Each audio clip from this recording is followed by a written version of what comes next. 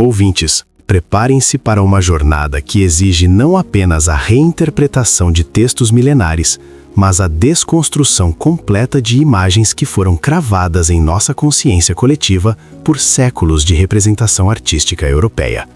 Por demasiado tempo, fomos condicionados a visualizar as narrativas bíblicas em tons pálidos e cenários desérticos esparsos, habitados por figuras que, em nossa mente, remontam mais à Europa renascentista do que ao Oriente Próximo, ou mais precisamente, ao Nordeste da África. Mas e se a fundação de toda essa história, o palco primordial onde os atos mais cruciais da humanidade foram encenados, fosse na verdade um território intrinsecamente africano? E se o coração pulsante dos primeiros capítulos de Gênesis e o pano de fundo de Profetas e Reis não fosse apenas marginalmente tocado pela África, mas sim estruturalmente dependente e inseparável dela? Esta é a indagação fundamental que nos convoca a uma revisão profunda dos tópicos sobre o que popularmente chamamos de negros na Bíblia e na África Antiga. O segundo gancho que deve ser estabelecido com urgência é geográfico. É imperativo que façamos um exercício de realinhamento mental. A Bíblia não é um livro europeu. É uma coleção de textos originados e situados inteiramente na confluência de 3 continentes: Ásia, Europa e, crucialmente, África. A Terra Prometida, o berço do judaísmo e do cristianismo, é vizinha imediata, em alguns pontos quase indistinguível, do Egito Antigo, que é inegavelmente o poder central africano de sua época. Ignorar a presença massiva e constante da África é ignorar metade da história. Quando falamos da África Antiga no contexto bíblico, não estamos apenas falando de um local distante para onde José foi vendido, ou de onde Moisés fugiu. Estamos falando do Egito, Mizraim, nas escrituras hebraicas, o único superpoder capaz de rivalizar e dominar a região da Palestina por milênios. Estamos falando de Cush ou Núbia, o reino misterioso e poderoso que se estendia ao sul do Egito, com fronteiras que chegavam ao atual Sudão e Etiópia. Estamos falando de Put, que muitos estudiosos identificam com a Líbia ou regiões mais ocidentais. A contextualização nos leva diretamente a Gênesis, logo após o dilúvio. A humanidade é recomeçada a partir de Noé e seus 3 filhos, Sem, Jafé e Cão. Cão, em hebraico, Ham ou Ham, é o ponto de partida de nossa investigação. Tradicionalmente, o nome Cão tem sido associado a quente ou queimado, embora as conexões etimológicas sejam complexas. O mais importante é o seu destino geográfico. O Salmo 78, versículo 51, e o Salmo 105, versículo 23, referem-se ao Egito inequivocamente como a terra de Cão. O Egito, portanto, é a primeira e mais evidente fundação da linhagem camita.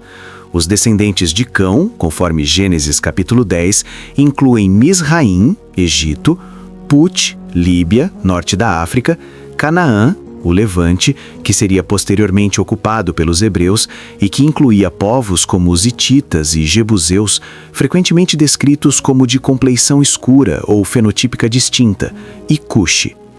E aqui reside o cerne do problema, o conflito que alimenta séculos de confusão e, francamente, justificação para atrocidades.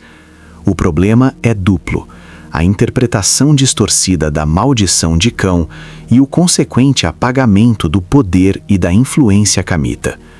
A chamada maldição de Cão, que ironicamente recaiu sobre seu filho Canaã e não sobre Cão diretamente, é talvez um dos trechos bíblicos mais abusados da história ocidental. Na tentativa de justificar a escravidão e a subordinação racial, teólogos e pensadores, desde o período medieval até o século XIX, reinterpretaram a maldição de ser servo dos servos como uma condenação divina à cor da pele escura. Este salto hermenêutico é totalmente desprovido de base textual. O texto bíblico não faz menção à cor, nem à África em sentido continental, nem a uma condenação permanente de todos os descendentes de Cão. No entanto, essa má interpretação se tornou uma ferramenta teológica poderosa para dissociar os povos africanos do favor divino e, simultaneamente, obscurecer a verdadeira posição de poder que os descendentes de Cão ocuparam no mundo antigo. Isso nos leva aos open loops que este estudo deve fechar. Quem era Cush, o primogênito de Cão. Qual era a relação entre Cush e os grandes impérios fundadores da Mesopotâmia?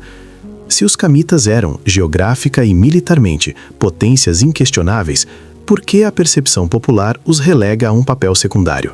E como essa percepção popular se choca com a riqueza de descrições bíblicas que colocam figuras de Cush no centro de grandes narrativas? O desenvolvimento desta progressão escalada começa com uma análise detalhada da Tabela das Nações, Gênesis 10. Esta não é apenas uma lista genealógica, é um mapa geopolítico da antiguidade, um registro dos povos fundadores. Cush, o primeiro na lista dos filhos de Cão, é crucial. Cush, ou Cush, é o termo hebraico para a região que se estendia ao sul do Egito, abrangendo o que hoje é o Sudão e, em termos mais amplos, muitas vezes englobando a Etiópia e a Eritreia. Os cuxitas eram conhecidos pelos gregos como etiópios, termo que deriva de Aetiópia, significando rostos queimados, uma clara referência à sua complexão escura e intensa. A descrição de Jeremias, capítulo 13, versículo 23, quando pergunta: "Pode o etíope mudar sua pele ou o leopardo as suas manchas?", estabelece a imagem do cuxita como alguém inequivocamente negro e distinto em seu fenótipo. O Império de Cush, com suas capitais sucessivas em Kerma, Napata e Meroé, não era uma civilização periférica, era um rival colossal do Egito. Em diversos períodos, Cush dominou o próprio Egito. A 25ª dinastia do Egito, aproximadamente de 744 a 656 antes da Era Comum, a chamada dinastia Cuxita ou Nubiana, foi um período de domínio africano sobre todo o Vale do Nilo. Reis como Pianki, Shabaka e Taraka governaram o Egito e estenderam seu poder até o Levante, confrontando potências assírias e babilônicas, sendo mencionados nas crônicas assírias e nos próprios livros de Isaías e Reis da Bíblia. A presença cuxita não era incidental, era imperial.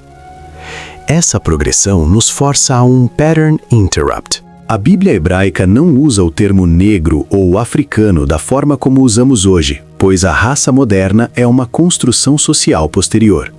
Os termos de identificação são geográficos, Cush, Mizraim, Put, e fenotípicos, Etiópia/Cush, para denotar a cor da pele escura. O que estamos rastreando não é um conceito moderno de identidade racial, mas a inegável e profunda influência de povos de origem e geografia africanas, que eram visivelmente diferentes dos hebreus ou dos povos do Levante. A Bíblia assume essa diferença como um dado, não como uma anomalia. O reengajamento deve se concentrar agora no descendente mais famoso e infame de Cush, o construtor de impérios, Nimrod.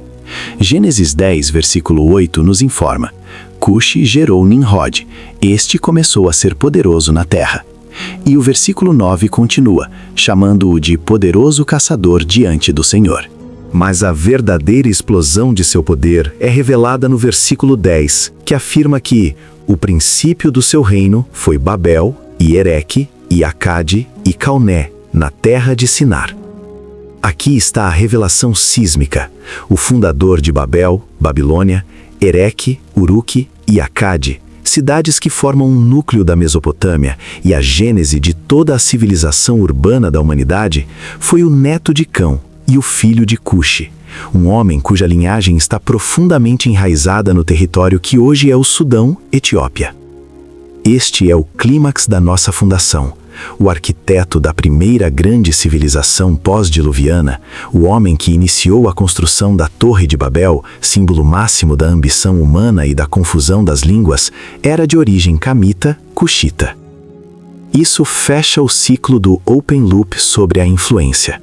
A noção popular de que os negros bíblicos são apenas escravos ou coadjuvantes é destruída por essa única figura.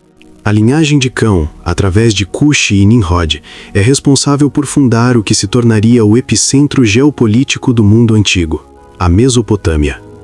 A implicação disso é vasta. Os povos de Cush não apenas estabeleceram reinos poderosos ao sul, mas também contribuíram fundamentalmente para a arquitetura civilizacional do crescente fértil. A Babilônia, o grande adversário de Israel, o destino de seu exílio e o tema central de inúmeras profecias, foi fundada por um homem de linhagem cuxita.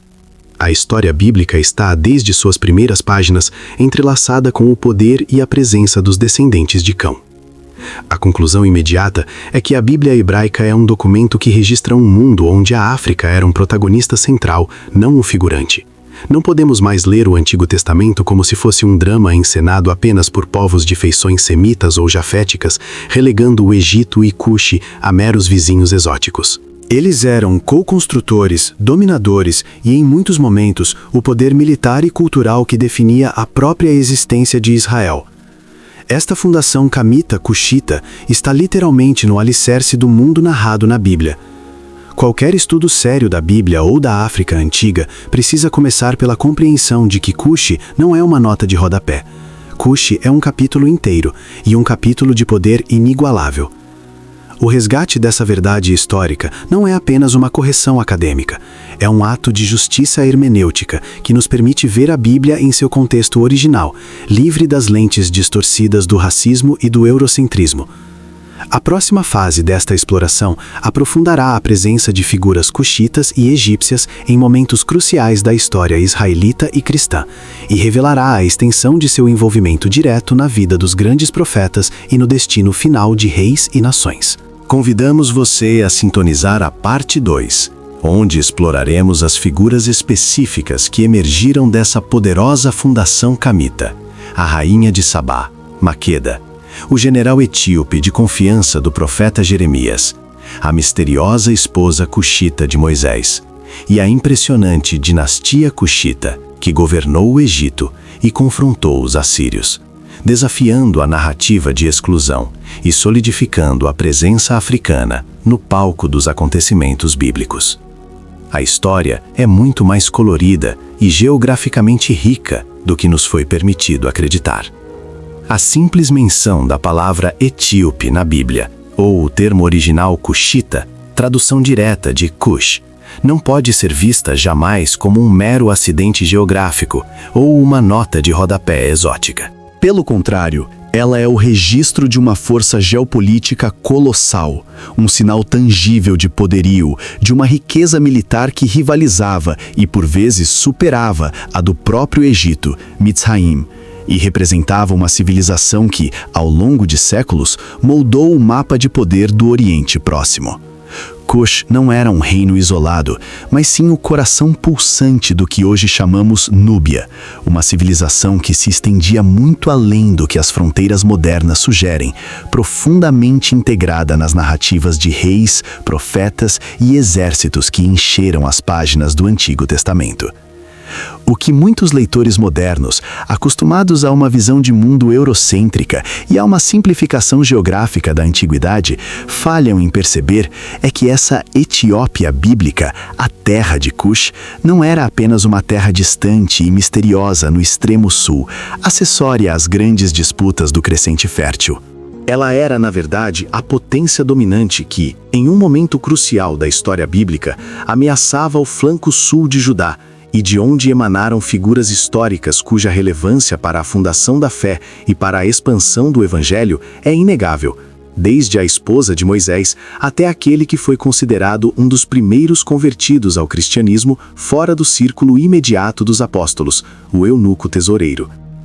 Para contextualizar rapidamente o cenário de poder, é imprescindível desvincular o termo Cuxi/Etiópia do conceito moderno de Etiópia, o Estado Nacional contemporâneo, e fixá-lo firmemente na região de Núbia e no Alto Nilo.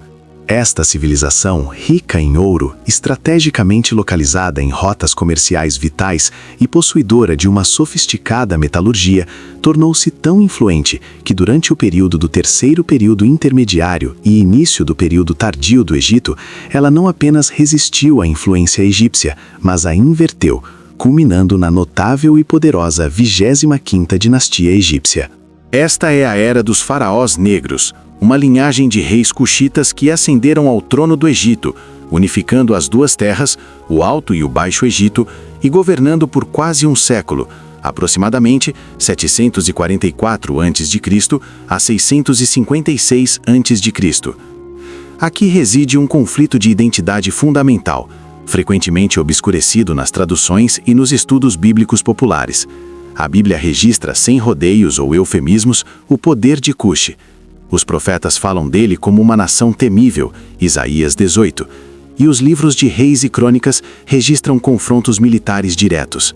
No entanto, a interpretação histórica ocidental, influenciada por séculos de preconceito racial e pela necessidade de marginalizar as contribuições africanas após o século XVI, tendeu sistematicamente a embranquecer, a desafricanizar ou a simplesmente ignorar a soberania e a origem etílica desses povos, preferindo relegá-los ao papel de coadjuvantes exóticos.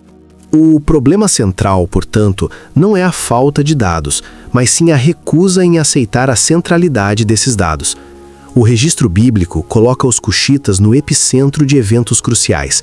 A grande dissonância surge quando confrontamos a realidade de que o Egito, durante sua interação mais intensa com o reino de Judá, era ele próprio governado por uma dinastia africana negra, e que a própria estrutura familiar do legislador de Israel tinha uma raiz africana claramente definida. Isto nos força a abrir dois loops narrativos de imensa curiosidade e importância teológica. Primeiro, quem era Zípora, a cuxita, e por que a referência explícita à sua origem causou uma discórdia tão grave na liderança israelita que levou à punição divina de Miriam? E segundo, como e por que um eunuco, oficial de uma rainha cuxita e tesoureiro de um reino africano poderoso, se torna o ponto de virada na expansão do evangelho, sendo ele próprio um africano, garantindo que o cristianismo fosse levado para o sul, para a África, antes de se consolidar amplamente na Europa? Vamos mergulhar profundamente na realidade geopolítica da 25ª dinastia. Esta não é uma nota de rodapé da história egípcia, mas um período de vigor e tentativa de renovação. Reis como Pianque, Shabaka e Taharka não apenas vestiram o duplo diadema do Egito, mas se colocaram como defensores da tradição egípcia contra as ameaças estrangeiras, principalmente a crescente e brutal potência da Assíria. O confronto entre Cuxe e Assíria é o pano de fundo de passagens cruciais em Isaías e 2 Reis. Um dos reis cuxitas mais notáveis, Taharka, é mencionado diretamente na Bíblia, 2 Reis 19:9 e Isaías 37:9, como Tiraka, rei da Etiópia. Seu nome surge em um momento de extrema tensão, o cerco de Jerusalém pelo rei assírio Senaqueribe, por volta de 701 a.C. A Bíblia relata que, enquanto o rei Ezequias de Judá estava encurralado, a notícia da chegada de Tiraka e seu exército, vindo para lutar contra a Assíria, causou um desvio de atenção nas forças de Senaqueribe. Embora o registro assírio e o bíblico divirjam sobre a causa exata do levantamento do cerco, a Bíblia atribui a intervenção divina, os registros assírios sugerem problemas logísticos e a ameaça de Taharka. O fato irrefutável é que um exército cuxita era a principal força geopolítica capaz de desafiar os assírios no campo de batalha na Síria-Palestina. O aparecimento de Tiraka na narrativa bíblica é uma validação da sua autoridade e do medo que ele inspirava. Este Taharka, um faraó negro vindo da Núbia, era o principal aliado e, ao mesmo tempo, o mais temido vizinho do reino de Judá. A Bíblia, neste ponto, não apenas registra a presença negra, mas a registra na posição mais alta de poder regional. Avançando cronologicamente e voltando ao cerne da lei mosaica, é impossível ignorar o debate acerca de Zípora, a esposa de Moisés, e a sua identidade cuxita. O texto é direto e explosivo em Números 12:1. Miriam e Arão falaram contra Moisés por causa da mulher cuxita que ele havia tomado, pois ele havia se casado com uma mulher cuxita. A gravidade deste versículo é frequentemente suavizada ou mal interpretada. O conflito não é sobre a competência de Moisés como líder, mas sim sobre seu casamento interétnico. O termo Cuxit não deixa margem para dúvidas de que a esposa de Moisés era originária da região sul, tipicamente associada à pele escura.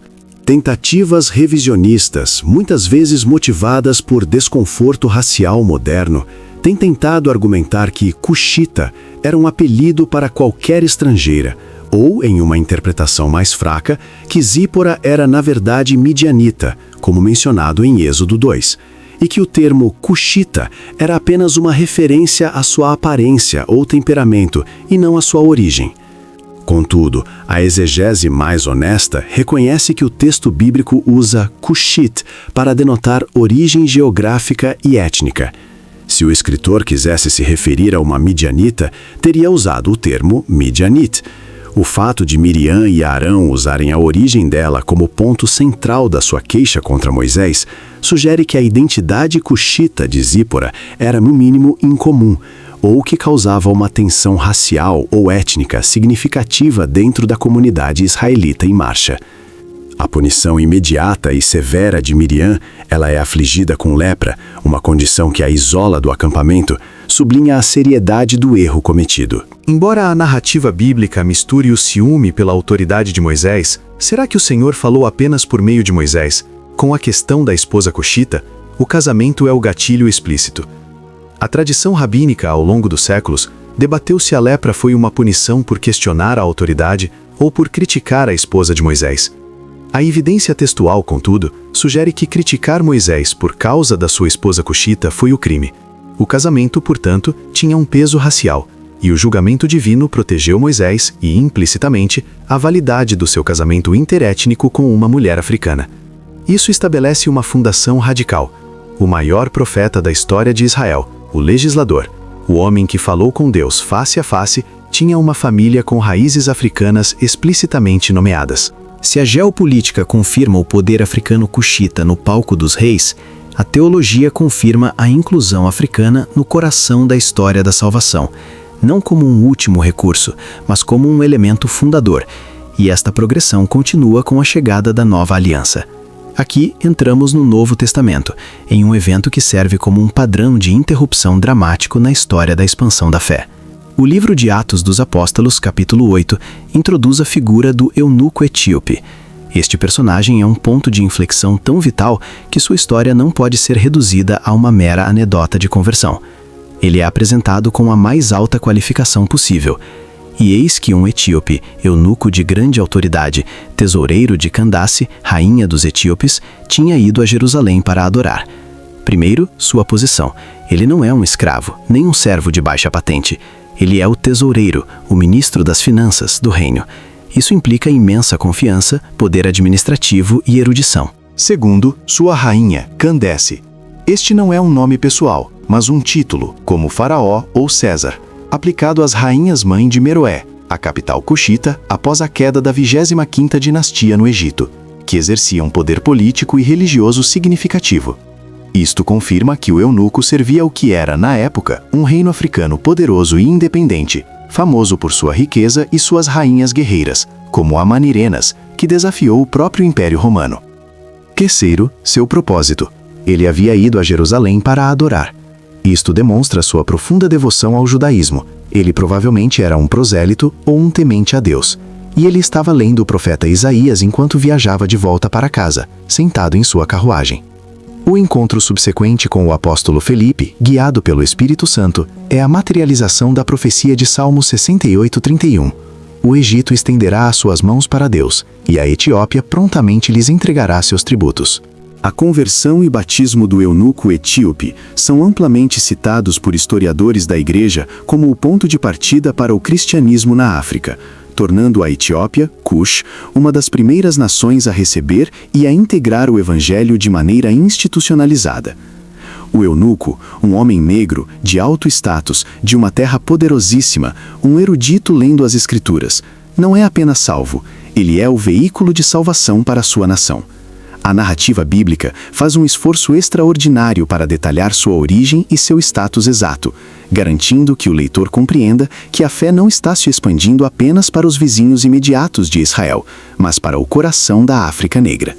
O texto não esconde a sua identidade, ele a utiliza como prova de que a promessa de Pentecostes está sendo cumprida em escala global. O Cuxi, portanto, não é apenas um pano de fundo exótico para a história bíblica. É um ator principal em todas as fases da fundação da fé. A identidade israelita, estabelecida sob a lei de Moisés, é irrevogavelmente ligada à África através de Zípora. O reino de Judá sobreviveu à ameaça assíria, em parte devido à intervenção do faraó negro cuxita, Tiraka. E a expansão do Evangelho, a nova aliança, é cimentada pela conversão e retorno do eunuco etíope, um tesoureiro africano de alto escalão. A Bíblia não esconde, mas celebra, ou pelo menos registra com clareza cristalina, a presença negra em seus momentos mais cruciais e definidores, tanto no palco geopolítico de reis e profetas, quanto no palco pessoal e teológico do Êxodo e de Atos. Os fatos sobre Zípora e o eunuco, quando lidos sem o filtro do preconceito histórico moderno, revelam uma tapeçaria bíblica muito mais colorida, integrada e universal em sua fundação africana do que a interpretação tradicional ocidental geralmente permite. Este exame detalhado de Cush, Núbia e seus representantes, Zípora e o eunuco, revela que a África antiga, e especificamente os povos identificados como negros ou cuxitas, não estavam à margem da história sagrada, mas frequentemente no centro das decisões e eventos. Mas se Cush dominou o Egito e forneceu a esposa de Moisés, e se o tesoureiro etíope levou a mensagem para casa, resta saber como a própria África antiga se articulou como um polo de erudição e fé no período pós-bíblico. Como esses reinos africanos, que já eram potências no Antigo Testamento, se tornaram centros de aprendizado teológico e de resistência cultural, antes da ascensão plena do cristianismo europeu. A próxima etapa é crucial. É necessário deslocar o foco de Cush para as civilizações cristãs africanas que floresceram com identidade e poder próprios, como Alexandria e Axum, e entender o papel que elas desempenharam na preservação e desenvolvimento inicial do pensamento cristão. Este é o caminho que devemos explorar a seguir, para entender a contribuição africana ao cânone e à história da Igreja. A intersecção dos mundos antigos, onde o ouro de Meroé encontrava os cedros do Líbano e os exércitos da Assíria, revela um paradoxo histórico que a narrativa religiosa tradicionalmente preferiu suavizar. Não se trata apenas de menções esparsas a povos de pele escura em contextos marginais. Trata-se da realidade visceral de impérios africanos que não apenas coexistiram com Israel e Judá, mas moldaram ativamente o seu destino político, econômico e, em certos momentos críticos, teológico. A história da Bíblia, quando sobreposta à arqueologia e aos anais de Cush, torna-se uma tapeçaria onde as linhas de poder se invertem e onde as nações consideradas periféricas revelam-se os centros de decisão que determinaram a própria sobrevivência do povo escolhido. Este aprofundamento exige que nos libertemos das lentes geográficas modernas que insistem em fragmentar a África do Norte e o Levante. Na antiguidade, a bacia do Nilo era uma artéria única e a influência da cultura quemética estendia-se profundamente para o sul, abraçando as terras de Cush, Núbia.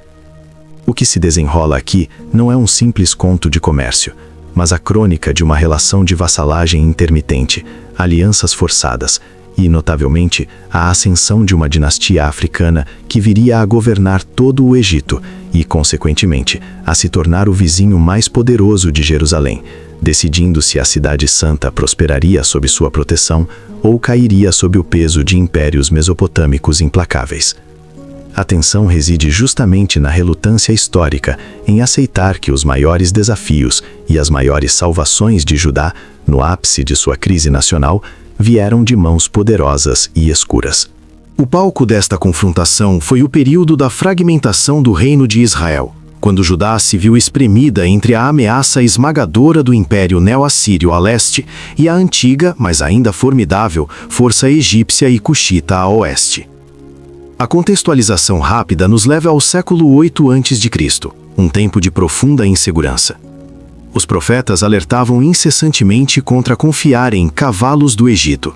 Mas a realidade geopolítica ditava que as pequenas nações levantinas não tinham escolha senão buscar proteção em Cairo, ou, mais especificamente, em Napata.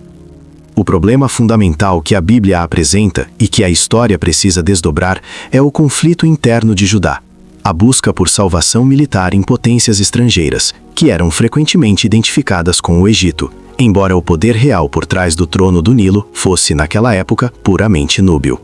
Os open loops que precisam ser examinados com lupa são, primeiramente, a verdadeira identidade da rainha de Sabá, Shiba, e o legado político e genético que ela deixou, e, secundariamente, o papel exato da dinastia 25 do Egito, os chamados faraós negros, na crise de Jerusalém. O que o texto bíblico omite ou minimiza é a escala do poder cuxita. A visita da rainha de Sabá ao rei Salomão, descrita com relativa brevidade no livro de Reis, 1 Reis 10, é um dos eventos mais fascinantes e geograficamente ambíguos da Bíblia. A narrativa foca na sabedoria de Salomão e na riqueza imensa que a rainha trouxe, especiarias, ouro em quantidades jamais vistas e pedras preciosas. Contudo, o que era essa terra de Sabá? Tradicionalmente, o reino de Sabá tem sido ligado ao Iêmen moderno, na Arábia do Sul, devido a evidências arqueológicas de um reino chamado Saba. No entanto, a tradição etíope, ancorada no épico nacional Quebra Nagast, a glória dos reis, oferece uma visão radicalmente diferente, mas igualmente fundamentada na geografia e na riqueza da região. Para a Etiópia e a Eritreia, a rainha é Maqueda, e Sabá é o reino de Aksum DMT, que floresceu no Planalto Etíope. Esta perspectiva não é apenas cultural, é material. As terras do chifre da África eram conhecidas por serem a fonte primária de incenso, mirra e, crucialmente, ouro, através de rotas de comércio que se estendiam pelo Mar Vermelho. A distância e a dificuldade da jornada de Maqueda, destacadas na Bíblia, ela veio de um país muito distante, casam-se melhor com a viagem desafiadora dos planaltos etíopes do que com a travessia mais navegável do Golfo de Aden. O Quebra Nagast não apenas valida a visita, mas a eleva a um patamar fundacional. Ele narra que Maqueda não voltou apenas com presentes de Salomão, mas grávida de seu filho, Menelik I. Este filho, criado em Sabá, retornou a Jerusalém na idade adulta e, segundo a lenda, trouxe consigo a Arca da Aliança, estabelecendo-a em Aksum. Esta narrativa, que pode ser considerada um mito fundacional, é mais do que folclore. Ela serviu de base para a legitimação de toda a dinastia salomônica da Etiópia, que reivindicou descendência direta de Salomão e Maqueda por séculos, conectando inextricavelmente o levante bíblico ao coração da África Oriental. A densidade desse tópico reside em reconhecer que a Rainha do Sul, mencionada por Jesus no Novo Testamento, não era uma figura marginal, mas uma potência global da época, cujas motivações eram tanto comerciais quanto políticas. Ela buscava alianças e conhecimento estratégico. A riqueza que ela transferiu para Jerusalém foi um catalisador para o apogeu econômico de Salomão, e seu legado, se a tradição etíope for aceita, inseriu uma linhagem real africana e um elemento de negritude no centro da identidade judaico-cristã africana. O open loop que permanece vibrante é: se Maqueda era de fato a fundadora de uma linha de reis que guardou o objeto mais sagrado do judaísmo, o que isso implica sobre a centralidade do Sul na história de Israel? O segundo grande loop que exige atenção exaustiva é a ascensão da dinastia 25, os faraós cuxitas, que controlavam o Egito entre 744 e 656 a.C. Estes reis eram oriundos do reino de Cuxi, com sua capital original em Napata, atual Sudão, uma região que havia mantido uma conexão cultural profunda com o Egito por milênios, apesar de ser etnicamente e politicamente distinta. Quando o Egito entrou em um período de anarquia e fragmentação política, o terceiro período intermediário, os reis cuxitas, que se viam como guardiões da verdadeira religião e ordem egípcia, Maat, marcharam para o norte. Pie, o fundador da dinastia 25, conquistou todo o Egito, reunificando-o e, crucialmente, estabelecendo uma fronteira direta com as nações do Levante, incluindo Judá. Para Judá e seus vizinhos, o Egito não era mais um poder decadente, mas uma superpotência renovada, agora administrada por reis de Cuxi, os quais os textos assírios e egípcios descrevem com clareza, notando sua origem sulina. Estes reis não eram apenas reis egípcios, eram reis africanos que haviam restaurado a glória dos faraós. É neste ponto que a história bíblica colide dramaticamente com a história cuxita. O Império Assírio, sob reis expansionistas como Sargão II e Senaqueribe, estava devorando o Levante. As cidades-estado de Israel e Judá, desesperadas, formaram coalizões e pediram ajuda militar aos cuxitas. Os profetas bíblicos condenavam essa dependência, chamando o Egito de Cana Rachada, Ezequiel. Mas, historicamente, esta aliança era a única esperança de sobrevivência de Judá. Reengajamento. O que muitos leitores bíblicos desconhecem é que a salvação de Jerusalém, o evento que consolidou a crença na invencibilidade da cidade por um século, não foi apenas uma intervenção divina abstrata, foi uma intervenção geopolítica direta, mediada por um exército africano. A dinastia 25, governada por reis de Cuxi, enfrentou a Assíria repetidamente no campo de batalha, protegendo a fronteira sul de Judá e oferecendo um refúgio e apoio militar contínuo. O ápice desta narrativa africana no contexto bíblico é a figura de Taharka, Tirhaka em hebraico, um dos mais poderosos e carismáticos dos faraós negros. Taharka ascendeu ao trono de Cuxi/Egito por volta de 690 a.C., mas antes mesmo de se tornar faraó, ele já era um comandante militar de destaque. Em 701 a.C., Judá, sob o rei Ezequias, se rebelou contra o jugo assírio.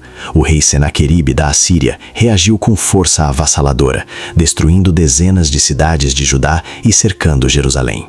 O livro de 2 Reis 19 e o livro de Isaías 37 descrevem a tensão e o terror da cidade sitiada. No momento mais crítico, a Bíblia relata que Senaqueribe recebeu uma notícia que o fez recuar. Ouviu-se dizer acerca de Tirhaka, rei da Etiópia, Cuxi: ele saiu para guerrear contra ti. A menção de Tirhaka, Taharka, na Bíblia é historicamente precisa e monumental. Embora o texto bíblico atribua a derrota final de Senaqueribe a uma praga enviada pelo anjo do Senhor, a cronologia histórica e a menção explícita de Taharka sugerem que a ameaça militar cuxita foi o catalisador imediato para a retirada assíria. Senaqueribe, que não queria arriscar ter seu exército principal cercado e aniquilado por uma força fresca e poderosa vinda do sul, aliviou o cerco de Jerusalém para enfrentar Taharka. Os anais de Senaqueribe detalham o sucesso de sua campanha, mas ele nunca menciona a conquista de Jerusalém, o que sugere que a cidade permaneceu invicta, exatamente como a Bíblia afirma. O que o registro bíblico minimiza é que o salvador militar imediato, a força que desviou a atenção do predador assírio, era o exército de um faraó negro de Cush. Esta intervenção não foi marginal, foi existencial. Taharka garantiu a sobrevivência do reino de Judá, permitindo que o monoteísmo judaico continuasse a se desenvolver em Jerusalém, essencialmente salvando a linha histórica que levaria ao exílio, ao retorno e, subsequentemente, ao nascimento do cristianismo. A dinastia cuxita, sob Taharka, continuou a ser uma pedra no sapato da Assíria, e a relação com Judá permaneceu complexa, oscilando entre protetorado e aliança estratégica. Os reis de Cuxi eram para Judá o último baluarte contra a expansão babilônica e assíria, um poder militar africano que se estendia desde as cataratas do Nilo até o Mediterrâneo. Essa realidade contraintuitiva, que a cidade de Davi foi salva pela intercessão de reis africanos, é a grande revelação que o estudo aprofundado destes tópicos traz à luz. A implicação teológica e histórica desta descoberta é profunda. Durante um período crítico, a continuidade da linhagem de Davi e a preservação do templo e da fé foram diretamente dependentes de um poder externo, de origem sulina, de Cush. A África não era apenas um ponto distante de especiarias e ouro, era um ator imperial que estava no centro da política do Oriente Próximo. A exploração detalhada da rainha de Sabá revela uma fundação de poder e comércio africano que permeou a corte de Salomão, enquanto o estudo da dinastia 25 confirma que a intervenção militar africana, liderada por figuras como Taharka, foi o fator decisivo na preservação de Jerusalém no século VIII a.C.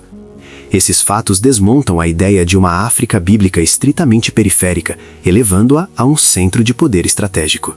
A jornada do Nilo para Jerusalém demonstra que as fronteiras culturais e raciais eram fluidas e que o destino do povo escolhido estava intrinsecamente ligado aos reis de Cuxi.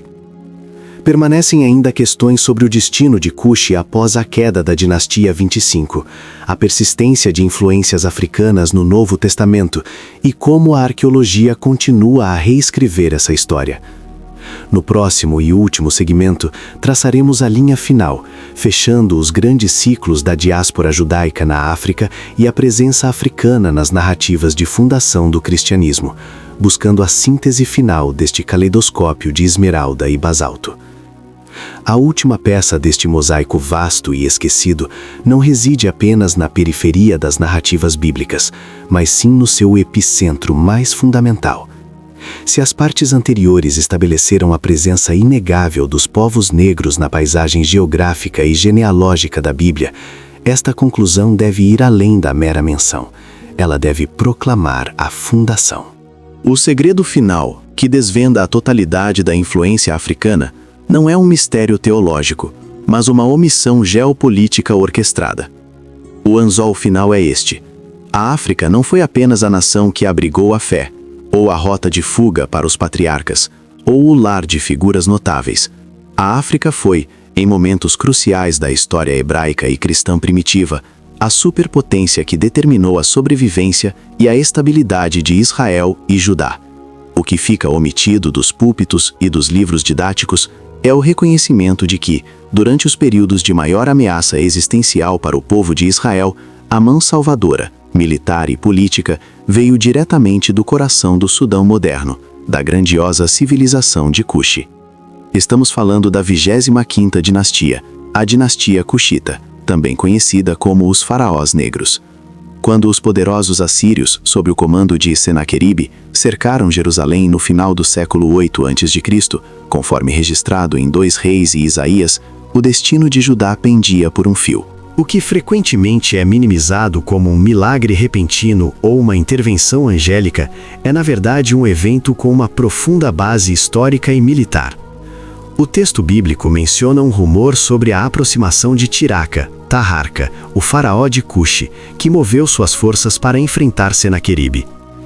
Este Tiraka não era um rei periférico, ele era o senhor de um império que controlava o Egito e a vasta terra de Cuxi, do Mediterrâneo até as 4 cataratas do Nilo. Os anais de Senaqueribe, assim como as crônicas bíblicas, confirmam o pânico assírio diante da ameaça cuxita. A tensão aqui é que, para que a narrativa do milagre divino fosse mantida como puramente sobrenatural, a agência política e militar do faraó negro precisou ser convenientemente apagada ou minimizada na interpretação ocidental subsequente. O conflito é a luta entre a teologia, que busca um Deus que age sem intermediários humanos, e a história, que demonstra que Deus usou o poder militar de um império africano para preservar seu povo escolhido. Isso nos leva a um ciclo de loopes abertos que exigem encerramento. Se Cuxi era tão poderosa, por que a memória histórica ocidental a relegou a uma nota de rodapé? A resposta reside na conveniência da narrativa imperialista e na ascensão de ideologias raciais que exigiam que a África fosse vista como uma terra sem história, incivilizada e, portanto, incapaz de ter servido como um berço de poder e fé. A descoloração intencional da história bíblica e antiga serviu ao propósito de justificar a escravidão e o colonialismo. O desenvolvimento deste clímax exige que nos aprofundemos na escala da 25ª dinastia. Figuras como Pie, Shabaka e Taharka não apenas governavam o Egito, mas eram devotos fervorosos das tradições religiosas egípcias e, ao mesmo tempo, mantinham relações complexas, mas diretas, com o reino de Judá. Eles forneciam refúgio, aliança militar e uma linha de defesa crucial contra as superpotências mesopotâmicas. O resgate de Jerusalém, portanto, não é apenas um evento milagroso, mas um tributo à engenhosidade estratégica e à força do exército cuxita. E o que dizer do poder econômico que sustentava essa força? Cuxi e sua capital subsequente, Meroe, eram centros de produção de ferro e ouro, controlando as rotas comerciais do incenso e dos produtos de luxo do interior africano. Esta riqueza material e tecnológica, que rivalizava com a de qualquer nação da época, é a prova silenciosa da sofisticação desta civilização. O ouro que supostamente adornava o Templo de Salomão, a mirra e o incenso trazidos pela rainha de Sabá, que, como estabelecemos, era uma governante de alto nível da Arábia do Sul e ou Aksum, intimamente ligada ao poder cuxita, tudo isso fluía através de cadeias de suprimentos africanas. O padrão interruptivo que choca a visão de mundo ocidental é a realidade da Aksum, Etiópia. Se o Egito e Cuxi representam a base do Antigo Testamento, Aksum representa a preservação e a fundação do cristianismo africano, que precede em muito as estruturas eclesiásticas europeias. Aqui está o reengajamento crucial. A Bíblia hebraica foi salva da destruição não apenas por intervenções diretas, mas também pela influência e poder militar africano. Mas a história não para por aí. O clímax deste estudo se concentra em dois pilares, o Quebra-Nagast e o papel seminal do eunuco etíope. O Quebra-Nagast, a glória dos reis, é o texto central da identidade etíope, um documento de imensa importância histórica e teológica que detalha a linhagem de reis etíopes diretamente a partir da união da rainha de Sabá e do rei Salomão. Independentemente da aceitação canônica deste texto por outras denominações, ele representa a crença, sustentada por milênios, de que a linhagem real de Aksum detinha a custódia da Arca da Aliança, que se acredita estar na Etiópia até hoje, e, portanto, eram os legítimos herdeiros espirituais do Pacto de Abraão. Isso estabelece a Etiópia como um reino africano que não apenas adotou a fé, mas clamou e manteve a herança hebraica e o sangue de Davi de forma soberana. Essa é uma reivindicação de centralidade que não pode ser ignorada. Não se trata de uma conversão tardia, mas de uma continuidade dinástica. O segundo pilar é a história do eunuco etíope, registrada no capítulo 8 de Atos dos Apóstolos. O eunuco era um alto oficial, o tesoureiro. O eunuco era um alto oficial, o tesoureiro, de Candace, rainha dos etíopes. Candace era o título dinástico de uma série de rainhas-mães poderosas de Merué, no coração de Cuxi. Este eunuco, descrito como viajando de volta de Jerusalém após adorar, representa a elite intelectual e religiosa africana que já estava imersa na tradição hebraica. Sua conversão e batismo por Felipe é frequentemente citada como a primeira conversão de um gentil na narrativa cristã. A grande revelação do clímax é o peso desse evento. O eunuco etíope leva o evangelho de volta a um reino africano estabelecido e em pleno funcionamento, Merué, décadas antes que o cristianismo se estabelecesse amplamente na Europa e muito antes de Roma o adotasse como religião estatal. Este não foi um pequeno grupo de convertidos, foi o início da igreja em um império de longa data. A Etiópia, posteriormente sobre o Império Aksumita, Aksum, se tornaria oficialmente uma nação cristã no século IV DC, sob o rei Ezana.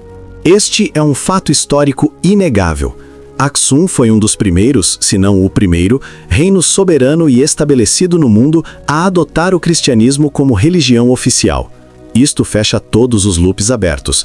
A África não foi apenas um palco para a fé, ela foi o primeiro Estado cristão soberano da história.